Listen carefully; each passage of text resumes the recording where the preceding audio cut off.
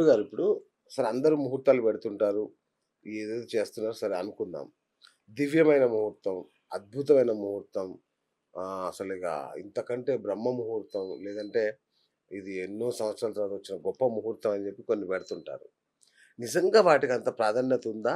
వాటి వల్ల ఆ వధూవరుల జీవితంలో గాని, వాళ్ళ కుటుంబాల్లో గాని ఏమన్నా మంచి మార్పులు జరిగే అవకాశం ఉందా? ఖచ్చితంగా ఉంటదండి. ఓకే. ముహూర్తం అనేటువంటిది ఖచ్చితంగా ప్రభావితం చేస్తుంది. ఓకే. ఒక ముహూర్తం అనంగానే చాలా వరకు ఏమనుకుంటారంటే, ఇప్పుడు ఏదో ఒక కార్యక్రమం పెట్టుకున్నాము. ఆ కార్యక్రమం అయిపోతే చాలు అని అనుకుంటారు. అవును. కాదు. ముహూర్త నిర్ణయాలు దశ భవేహు అంటారు. ఒక ముహూర్తము 10 అంశాల మీద ప్రభావితం చేస్తుంది. ఓకే. ఆయుష్ మీద చేస్తుంది, ఆరోగ్యం మీద చేస్తుంది, సంపద మీద చేస్తుంది, సౌభాగ్యం మీద చేస్తుంది, సంతానం మీద చేస్తుంది, మోక్షం మీద చేస్తుంది. ఇట్లా చాలా రకాల 10 అంశాల మీద చేస్తుంది. ఓకే. మీరు న్యూస్‌లలో కూడా వింటూ ఉంటారు. ఒక పెళ్ళికి వెళ్తూ ఉంటే యాక్సిడెంట్ అయ్యి చనిపోయిందని అంటూ ఉంటారు. అవును. లేదా పెళ్లిలో అగ్ని ప్రమాదం జరిగింది, ఇదయింది అని అంటారు. అవును. లేదా పెళ్లి నుంచి రిటర్న్ వస్తూ ఉంటే ఏదో యాక్సిడెంట్ అయింది, అవును. చనిపోయిందని అవును. చెప్తూ ఉంటారు. అవును. ఇవి 100% అవి తప్పుడు ముహూర్తాలలో జరిగి ఉంటాయి. నిజమా సార్? రెండో విషయము, మన జాతకాలు ఎంత అద్భుతంగా ఉన్నా కూడా, ఆ కలయిక సమయం ఏదైతే ఉందో ముహూర్తము, ఒకవేళ గనుక ఆ ముహూర్తం బాగాలేకపోతే, వీరికి సంతానం లేకపోవడం గానీ, పడక సుఖం లేకపోవడం గానీ, విడిపోవడం గానీ, కోర్టు కేసులు, పంచాయతీ, పోలీస్ స్టేషన్‌లు ఇవన్నీ రుచి చూడడం గూడా జరుగుతదండి. ఒక హ్మ్. ముహూర్తం అంటే ఈజీగా అందరికి అర్థమయ్యే భాషలో చెప్తున్నాను. ఆ! అంటే నేను జ్యోతిష్యపరమైన పాయింట్స్ నేను చెప్పుకుంటూ పోయాననుకోండి, అవును. నార్మల్ వాళ్ళకి రిసీవింగ్ కష్టమవుతది. అవును. సో, మీకు కరెక్ట్. ఈజీగా అసలు ముహూర్తం అంటే ఏంటనేది జనరలైజ్డ్ చెప్తాను. హ్మ్. మీరు ఇవాళ నన్ను ఇంటర్వ్యూకి రమ్మన్నారు. నేను చాలా రోజుల నుంచి అలాగే అవును. అవును. పోస్ట్‌పోన్ చేస్తూ ఇగ ఫైనల్‌గా ఇవాళొచ్చాను నేను. శబరిలాగా ఆ! అయ్యాకొచ్చారు మీరా? ఇవాళొచ్చిన సమయంలో మన ఇద్దరి యొక్క టైమింగ్స్‌ని సెట్ చేసుకుంటేనే ఇది జరిగింది. అవును. ఓకేనా? కరెక్ట్. నా పాటికి నేనొచ్చేసి ఎక్కడున్నారు బీఎస్ గారు ఇంటర్వ్యూ చేద్దాము అన్నా కుదరదు. కుదరదు. మీ పాటికి మీరు అన్నీ రెడీ చేసుకొని శర్మ గారు వచ్చేయండి అంటే అంటే నాకు కూడా కుదరదు. కుదరదు. అవును. మీకు ఈజీగా అర్థమయ్యేటట్టు చెప్తున్నా. అందరికీ కూడా ఈ ఈ సందర్భంలో చెప్తున్నానండి. రైట్. ఒక ముహూర్తం అంటే ఏంటంటే, మనకి పాత సినిమాలలో అంటే శుభం కార్డ్ వేసేటప్పుడు పాత అవును. సినిమాలలో అవును. అంటే పౌరాణికమైన సినిమాలలో ఇక్కడ వధూవరులు కళ్యాణం అవుతుంటే పైనుంచి కిరీటాలు పెట్టుకొని దేవతలు ఇట్లా పూలు వేస్తూ ఉంటారు. అవునవును. అవును. ఓకేనా? వాస్తవం చెప్పాలంటే అవి గ్రహాలు. ఓహ్! వాళ్ళు దేవుళ్ళు గాదు. వాళ్ళు గ్రహాలు. అబ్బబ్బబ్బబ్బా! సూపర్. ఆ! గ్రహాల యొక్క ఫ్రీ టైమ్ మనకు ముహూర్తం. హ్మ్. నేనొక షాప్ ఓపెనింగ్ పెట్టుకున్నానండి. నేను ఫస్ట్ ఏం చేస్తానంటే నా లోకల్ కార్పొరేటర్‌కి చెప్తాను. నేను షాప్ ఓపెన్ చేస్తున్నానండి. మీరు అందుబాటులోనే ఉన్నారు గదా! ఆ! పెట్టుకోండి అందుబాటులో ఉన్నా అంటాడు. తర్వాత నేను నెక్స్ట్ ఏం చేస్తాను, మా లోకల్ ఎమ్మెల్యే గారికి చెప్తాను. ఓకేనా? హ్మ్. ఆయన టైం తీసుకుంటాను. తనతో పాటుగా ఇంకెవరైనా చీఫ్ గెస్ట్‌లు వస్తున్నారో, ఓ ఫిల్మ్ హ్మ్. స్టార్ వస్తున్నాడో నేను వాళ్ళది గూడా తీసుకుంటాను. ఓకే. ఈ ముగ్గురిది ఒక లైనప్ జేసుకుంటాను. చేసుకొని నేను ఓపెన్ చేయడానికి ప్రయత్నం చేస్తాను. హ్మ్. అంతే గదా! అవును. ఎవరైనా నేనని గాదు. మీకు ఈజీగా అర్థమయ్యే భాషలో చెప్తున్నాను. ఎవరైనా గూడా అలాగే చేయాలి కదా! సో, కార్యకారకుడైన రవి అంటే సూర్యుడు ఏం చేస్తాడట అంటే, ఏ పని మీరు పెట్టుకుంటే కూడా, ఆ పని మొత్తానికి ఆర్గనైజ్ చేసేవాడు రవి. ఓకే. సో, రవి అనే బలం ఉంటే, ఏ ముహూర్తానికైనా అది గృహప్రవేశం, శంకుస్థాపన, ప్రతిష్ఠ, వివాహము, ఏదైనా గాని, ఆహ్, ఆ ముహూర్తం నిర్ణయం చేసిన సమయానికి రవి అంతా మేనేజ్‌మెంట్ చేస్తూ ఉంటాడు. ఓకే. పైసలు కావాలన్నా ఏర్పాటు చేస్తాడు. మంది కావాలన్నా ఏర్పాటు చేస్తాడు. ఫంక్షన్ హాలా దొరకబట్టేటిస్తాడు. ఆయన ఇస్తాడు. హ్మ్. దొరకబట్టిస్తాడు అంతే హ్మ్. ఇగ అది. కార్యకారకుడతను. అదే విధంగా మనం ఏ పని చేసినా కూడా కోరుకునేది ఏంటిదో తెలుసా అండి? గౌరవ మర్యాదలు, వంశవృద్ధి కోరుకుంటాం. అవును. ఏది చేసినా కూడా. అంతే. అంతే. మీరు కరెక్ట్. బ్రహ్మాండంగా ఇల్లు కట్టుకున్నారంటే దేనికి కట్టుకున్నారండి? సుఖపడడానికి కట్టుకున్నారు. సుఖపడడానికి. అవును. ఇంకే దేనికి కట్టుకున్నారు? మీ గౌరవ మర్యాదలు పెరగడం కోసం కట్టుకున్నారు. అంతేగా. కొన్ని సార్లు ఉంటది. 2,00,00,000, 3,00,00,000 పెట్టి కార్లు కొంటారు.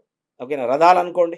అవును. రథాలను బట్టి ఆ రథాల్లో వెళ్ళేటువంటి వాడికి కూడా గౌరవ మర్యాదలు దొరుకుతాయి. అంతేగా. అవునా కాదా? అవును. పురాణాల్లో చెప్తారు కదా! ఈ రథం పలానా నడిపిండు అని చెప్పి. అవును. అర్జునుడికి రథం అంటే ఎవరు? కృష్ణుడు నడిపాడు. కృష్ణుడు అలా నడిపాడు. నడపడం వల్లనే యోగ్యతొచ్చింది. రైట్. సో, అవును. అవునా కరెక్ట్. కాదా? కరెక్ట్. సో, గౌరవము, ప్రెస్టీజ్ అనుకోండి, సోషల్ స్టేటస్ అనుకోండి, వాటి పేర్లు ఏదైనా పెట్టుకోండి. రైట్. సో, అది కావాలి. రెండోదేముండాలి? పుత్ర సంతానం కావాలి. హ్మ్. మన వంశాన్ని ముందుకు తీసుకుపోయేటోడు కావాలి. అవును. సో, గురువు యోగ్యకారకుడు. సో, ఆ ముహూర్తానికి గురువు బావుండాలి. హ్మ్. ఓకేనా? అదే విధంగా సౌఖ్యకారకుడు. సంతోషం, సుఖంతోటుండాలి. ఓకే. శుక్రుడు బావుండాలి. ఈ వీటితో పాటుగా వేరే వాళ్ళు మనల్ని ఖరాబ్ చేయొద్దు. హ్మ్. అంటే ఏంటి? పాపగ్రహాలుంటాయి 2. ఒకటి కుజుడు, 2 శని. ఓకే. వీళ్ళిద్దరు మనల్ని ఇబ్బంది పెట్టొద్దు.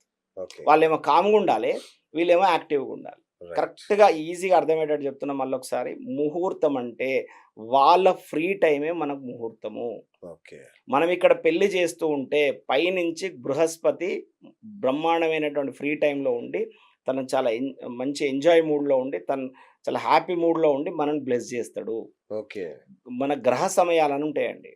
గ్రహ సమయాలని. హ్మ్. రావణాసుడు రాసాడు దీన్ని. మన రావణ బ్రహ్మ. ఓకే. ఆ! ఆయన ఆ! మహా గొప్ప జ్యోతిష్యుడు. ఓకే. ఇప్పుడు అవును. చాలా అవును. వరకు జ్యోతిష్యంలో ఉన్న ముఖ్యమైన సూత్రాలు రావణాసుడు రచించినవే. అబ్బా! ఒక రకంగా చెప్పాలంటే ప్రతి జ్యోతిష్యుడు కూడా రావణాసుడు ఒక ఆరాధ్య దైవమే. అవునా? దాంట్లో తప్పేం లేదు నేనొకటి అందులో. విన్నాను. ఆ! రామరావణ యుద్ధానికి ముహూర్తం గూడా రావణుడే పెట్టాడంట. రావణుడే పెట్టాడు. రాముడు ర పంపించాడంట రాముడు లక్ష్మణుడిని. పంపించాడు. రాముడు ఏం చేశాడంటే, ఎక్కడికో నేను మళ్ళా అయోధ్యకో, ఇంకెక్కడికో నేను దూతని పంపించి ముహూర్తం పెట్టించేంత సమయం నాకు లేదు.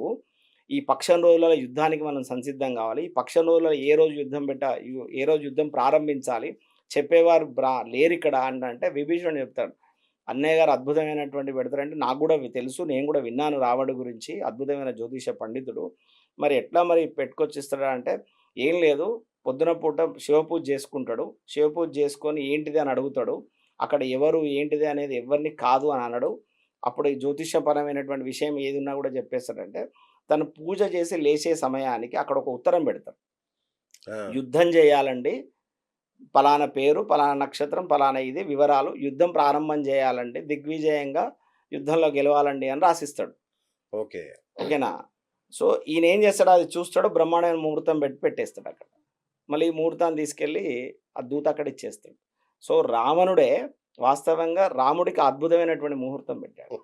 ముహూర్తం ఆయన చావుకి ఆయనే ముహూర్తం అంటే ఆయన పెట్టుకున్నాడు. చావు అనేది ఆయనకు తెలియదు ఆ విషయం. అబ్బా! ఆ ఆ! విషయం ఆయనకు తెలియదు వాస్తవంగా. ఓకే. సో, వాస్తవంగా గూడా ముహూర్తం అంత గొప్పదండి. అబ్బా! సో, సమయాలని ఉంటాయండి.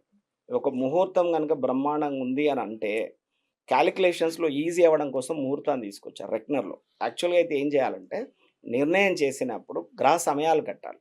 ఓకే. మనం ఇక్కడ ఏం పనులు చేసుకుంటామో పైన గ్రహాలు కూడా అవే పనులు చేస్తాయి. హ్మ్.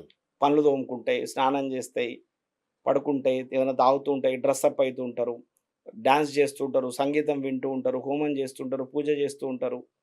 మనం ఇక్కడ ఎట్లా పనులైతే నిత్య జీవనం ఉంటారో పైన గ్రహాలు కూడా అలాగే ఉంటాయి. హ్మ్. మన జాతకంలో ఉన్నటువంటి అవస్థలను బట్టి అవి మనకు ఫలితాన్నిస్తాయని చెప్పేసి రావణుడు రచించినటువంటి జ్యోతిష్యంలో ఉంటుంది. ఓహ్! సో, ముహూర్త విషయంలో ఏంటంటే ఈజీగా అర్థమయ్యేటట్టు పెట్టారు మనకి. ఇప్పుడు ఉదాహరణకు వృక్షట్క దోషం అంటారు. వివాహం చేసేటప్పుడట 6 ఇంట శుక్రుడు ఉండకూడదని చెప్తారు. 8లో కుజుడు ఉండకూడదని చెప్తారు ఓకే. జనరల్. ఎందుకు ఉండకూడదని గనుక మీరు సమయాలు కట్టండి. ఆ సమయంలో వాళ్ళు నెగెటివ్‌లో ఉంటారు. అచ్చచ్చా! సో, కాబట్టి వాళ్ళు చికాకు మీద, కోపం మీద ఉంటే మనం వాళ్ళని కదిలియడం ఎందుకు? ఓకే. ఏం లేదు ఓకే. అందులో. కదిలియడం ఎందుకు? వాళ్ళు తిడతారు అనవసరంగా మనల్ని. అవసరమా? వాళ్ళు ఓకే. మంచి మూడ్‌లో ఉన్నప్పుడు లేదా సైలెంట్‌గా ఉన్నప్పుడు మనం కార్యక్రమం చేసుకుందాం. హ్మ్. మనల్ని ఎవరు బ్లెస్ చేస్తారో, ఆ బ్లెస్ చేసే టైమింగ్స్‌లలో వాళ్ళని పోయి కలిసొద్దాం. వావ్! కరెక్ట్. ముహూర్తం అంటే అంతే అండి. అబ్బా! సో, గ్రహాలు మనకు ఫ్రీ టైమ్ ఉండి వాళ్ళు మనల్ని బ్లెస్ చేస్తారు. కార్యకారకుడు రవిని బాగా పెట్టి ముహూర్తం పెట్టండి. మీ హ్మ్. కార్యక్రమం దిగ్విజయంగా అయిపోతది. రైట్. గురుడిని పెట్టండి. ఆ! వంశవృద్ధి కలుగుతది. ఓకే. శుక్రుడిని పెట్టండి. దానివల్ల మీరు సుఖపడతారు, సంతోషపడగలుగుతారు. రైట్. అంతే.